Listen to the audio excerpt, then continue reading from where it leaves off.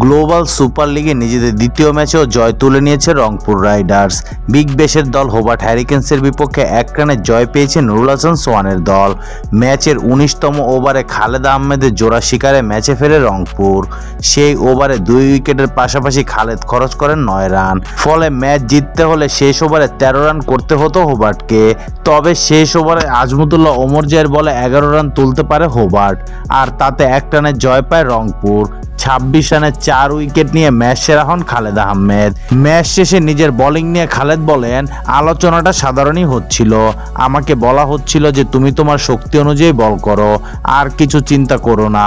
আমি সেই অনুযায়ী আমার শক্তিমত্তার মধ্যেই ছিলাম। আলহামদুলিল্লাহ, সত্যি কথা বলতে আমার স্ত্রী প্রত্যেক ম্যাচের আগে আমার সাথে কথা বলে। ও সবসময় বলে যে আমি সেরা। তারপর বলে, আমি চাই তুমি প্রত্যেক ম্যাচে ম্যান অফ দ্য ম্যাচ হও।